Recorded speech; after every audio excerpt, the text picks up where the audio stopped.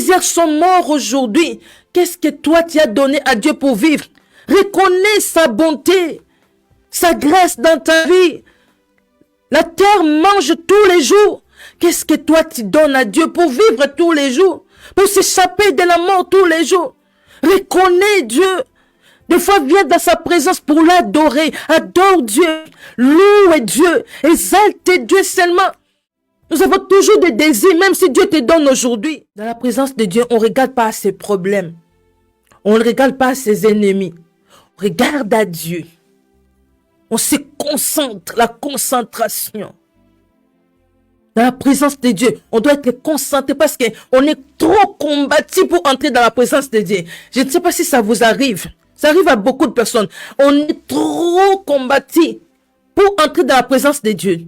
Tu dois vraiment te donner corps et âme. Parce que quand on s'approche de Dieu, tes pensées commencent à sortir. Tu commences à avoir beaucoup de pensées. Tu es dans la présence de Dieu, tu commences à voir qu'est-ce que tu vas manger, la semoule que tu avais mangée, ton chéri que tu étais avec. Tu commences à penser à tes dettes que tu avais.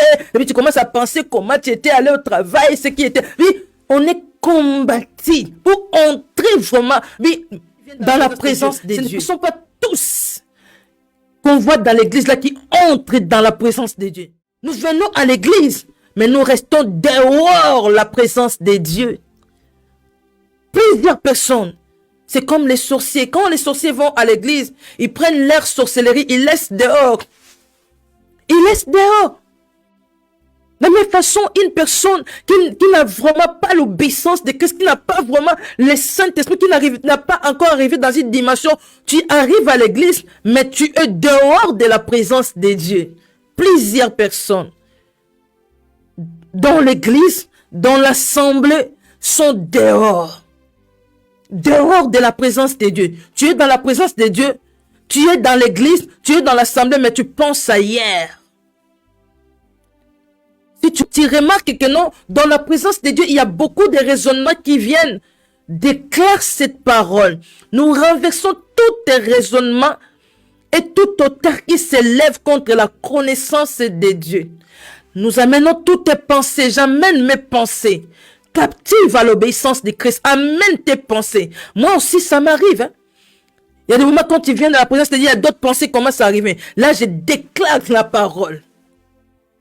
Je renverse toute autorité et toute domination qui s'élève contre la connaissance de Dieu. J'amène mes pensées captives, que mes pensées soient soumises à la présence de Dieu, que mes pensées soient soumises à Christ, que mon corps, mon âme, mon esprit soient soumis à Christ. Et puis, tu fais soumettre ton corps parce que les désirs de la chair sont contraires à celles de l'esprit.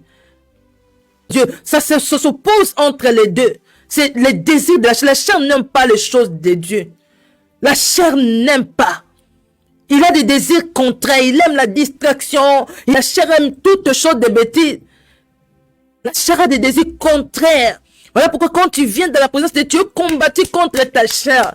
Tu es combattu, tu vois les pensées qui arrivent là. Et cela t'empêche à entrer dans la profondeur, à vivre la gloire de Dieu, à vivre la présence de Dieu. Tu es dans l'assemblée, mais tu es dehors de la présence de Dieu. Tu es à l'église, mais tu es dehors de la présence de Dieu. Tu viens à l'église, tu sors comme si tu n'étais pas venu dans la présence de Dieu. Voilà pourquoi aujourd'hui, on ne vit pas de miracle. Nous allons à l'église, mais on ne change pas. Nous allons à l'église, mais nos vies ne changent pas. Nos habitudes ne changent pas. Nos caractères ne changent pas. Pourquoi? Quand nous s'approchons de Dieu, on reste dehors. On n'entre pas. On n'entre pas dans la profondeur. On n'entre pas dans la spiritualité pour vivre la présence de Dieu. On vient dans la chair, on retourne dans la chair. On vient avec nos problèmes, on retourne avec nos problèmes. On vient avec nos difficultés, on retourne comme ça. On vient, on écoute la parole. On sort comme si on n'avait rien écouté. Pourquoi? Parce que on vient dans la distraction, dans la présence de Dieu. On s'approche de Dieu avec toutes les distractions. Dans la présence de Dieu, on fait des selfies. Pendant la louange, pendant l'adoration, on fait montrer aux autres que nous, on est dans la prière. On fait montrer aux autres que nous, on est venu à l'église. Les gens, d'autres personnes adorent, d'autres personnes louent. Nous, on est la selfie. On est en train de louer. On est en train de faire montrer aux autres qu'on est à l'église. Et on sort comme si on n'était pas allé à l'église. On sort avec tous nos fardeaux, tous nos problèmes, toutes nos difficultés, comme si on n'était pas allé à l'église. Pourquoi? Parce qu'on vient à l'église avec des distractions. Et on se limite dehors. On n'entre pas dans la présence de Dieu. Nous, on croit que non. Je suis allé à l'église. Je suis allé dans l'église. Mais à l'église, tu ne rencontres pas Dieu. Tu ne entres pas dans la présence de Dieu. La plupart des églises aujourd'hui, il y a plusieurs personnes, de milliers de membres, mais ces membres-là sont dehors de la présence, malgré qu'ils sont à l'église, malgré qu'on vient dans l'église, malgré qu'on est à l'église, mais on reste dehors la présence de Dieu. Ma sœur, mon frère, on n'a pas accepté Jésus-Christ en vain, non.